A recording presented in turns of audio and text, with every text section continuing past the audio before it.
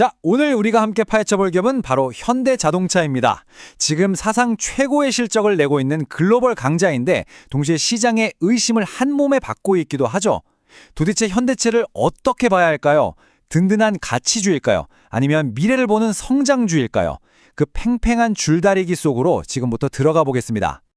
바로 이겁니다. 지금 현대차를 둘러싼 가장 뜨거운 논쟁이죠. 한쪽에서는 보시는 것처럼 역대급 실적을 내면서 정말 잘 나가고 있어요. 그런데 다른 한쪽에서는 이게 꼭대기다, 이제 내려갈 일만 남았다는 이른바 피크아웃 공포가 엄청납니다. 이 극과 극의 평가 정말 흥미롭지 않나요? 그래서 오늘 저희는 딱 이 순서대로 갈 겁니다. 먼저 현대차가 가진 두 얼굴을 보고요. 강점과 약점을 하나씩 따져본 다음에 글로벌 경쟁자들은 누구인지 살펴보고 마지막에 그래서 투자자로서 우리는 어떻게 해야 하나 결론까지 한번 내려보겠습니다. 자, 그럼 첫 번째 이야기부터 시작하죠. 아니 도대체 왜 이렇게 잘 나가는 회사가 이렇게까지 상반된 평가를 동시에 받는 걸까요? 이 글로벌 거인이 가진 모순, 그 속을 한번 들여다보겠습니다. 우선 현대차의 현재 위치부터 한번 보시죠. 이 숫자 3, 이게 뭘 의미할까요? 바로 기아를 포함한 현대차 그룹의 전 세계 자동차 판매 순위입니다. 3위. 이건 그냥 한국 1등 기업 이런 수준이 아니에요.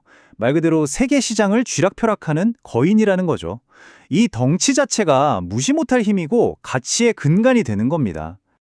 좋습니다. 그럼 현대차를 좋게 보는 쪽, 그러니까 강세론의 근거들을 좀 더 구체적으로 뜯어보죠. 도대체 뭘 믿고 이렇게 자신하는 걸까요? 현대차의 진짜 힘은 바로 여기에 있습니다. 우선 돈 잘 버는 제네시스랑 SUV 라인업, 이건 뭐 확실한 캐시카우죠. 현재의 가치를 책임지는 든든한 버팀목이고요. 그리고 미래를 보면 아이오닉 시리즈로 세계에서 인정받은 전기차 기술, 또 넥소로 대표되는 수소 기술까지, 이건 미래 성장에 대한 약속이잖아요. 여기에 미국, 유럽, 인도까지 쫙 깔려있는 글로벌 생산 공장은 어떤 상황이 와도 바로바로 대응할 수 있는 진짜 강력한 무기라고 할 수 있죠. 그리고 이게 진짜 중요합니다. 스마트 모빌리티 솔루션 프로바이더. 이게 무슨 말이냐면 현대차는 더 이상 그냥 자동차 만드는 회사가 아니라는 선언이에요. 로봇 만들고 하늘을 나는 택시, UAM 같은 미래 산업에 엄청나게 투자하면서 아예 회사의 정체성을 바꾸고 있는 거죠. 바로 이 지점에서 이 회사가 성장주가 될 수도 있겠구나 하는 기대감이 생기는 겁니다. 자, 지금까지는 긍정적인 이야기만 했죠. 그럼 이제 줄을 반대쪽으로 한번 당겨보겠습니다. 그러니까 현대차를 안 좋게 보는 이유들은 뭘까요? 아니, 이렇게 잘하는데 시장은 도대체 왜 불안해하는 걸까요? 가장 큰 이유, 바로 이 피크아웃이라는 단어입니다. 말 그대로 정점을 찍고 이제 내려온다는 뜻이죠. 시장에서는 지금 실적이 제일 좋은 거고 앞으로는 이보다 더 좋아지기 힘들다고 보는 거예요. 미래에 대한 기대가 없으면 지금 아무리 돈을 잘 벌어도 주가는 올라가기 힘든 법이거든요. 그리고 또 하나, EV 캐즘이라는 말이 있어요. 이게 뭐냐면 막 불붙던 전기차 시장이 갑자기 주춤하는 현상을 말하는 건데요. 성장의 상징이었던 전기차로 변신하려던 현대차 입장에서는 이게 정말 뼈아픈 거죠. 전기차 판매가 둔화된다? 이건 곧 현대차의 성장 스토리가 흔들린다는 신호나 마찬가지니까요. 이것뿐만이 아닙니다. 밖을 보면 온통 적들이에요. 테슬라가 시작한 전기차 가격 전쟁 때문에 남는 게 별로 없을 수도 있고요. 중국의 BYD는 정말 무서운 기세로 말도 안 되는 가격으로 밀고 들어오고 있죠. 시장을 통째로 뺏길 수도 있다는 위기감이 있어요. 거기다 미국 대선 결과에 따라서 갑자기 정책이 확 바뀔 수도 있는 이런 정치적인 위험까지 정말 사방에 지뢰밭입니다. 그럼 이 전쟁터의 상황을 좀 더 자세히 들여다볼까요? 현대차가 싸워야 할 상대들, 이 거인들은 대체 누구고 또 어떤 칼을 휘두르고 있는지 한번 보시죠. 지금 현대차는 말 그대로 3면 전쟁을 치르고 있어요. 전기차 전선에서는 소프트웨어 최강자 테슬라랑 싸워야 하고요. 요즘 다시 인기 끄는 하이브리드 시장에서는 절대 강자 도요타가 버티고 있죠. 그런데 진짜 무서운 건 바로 BYD입니다. 배터리까지 직접 만들어서 가격을 후려치는데 이건 정말 답이 안 나올 정도예요. 이 세 곳 모두에서 이겨야만 살아남는 정말 힘든 싸움을 하고 있는 겁니다. 자, 이제 거의 다 왔습니다. 마지막으로 지금까지 나온 긍정적인 이야기, 또 부정적인 이야기들을 전부 저울에 올려놓고 한번 재보는 거죠. 그래서 우리 투자자들은 과연 어떤 판단을 내려야 할지 최종 결론을 한번 내려보겠습니다. 지금까지의 줄다리기를 딱 정리하면 이렇습니다.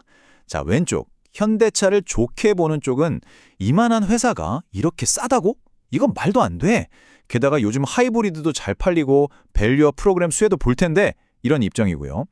반대로 오른쪽, 안 좋게 보는 쪽은 아니야, 실적은 이제 꺾일 거고 전기차 가격 경쟁에 중국한테까지 치면 정말 힘들어질 거야. 이렇게 맞서고 있는 거죠.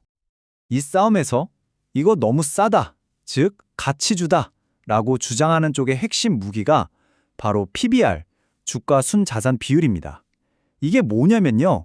아주 쉽게 말해서 회사가 망해서 가진 걸 다 팔았을 때 받을 수 있는 돈보다도 지금 주가가 싸냐 비싸냐를 따지는 거예요. 그런데 지금 현대차의 PBR이 1이 안 됩니다. 1보다 낮아요. 이게 무슨 뜻이겠어요? 방금 말한 것처럼 회사를 지금 당장 다 팔아치우는 것보다도 시장에서 더 싸게 거래되고 있다는 뜻입니다. 이건 너무 심한 저평가 아니냐는 주장이 나올 수밖에 없는 거죠.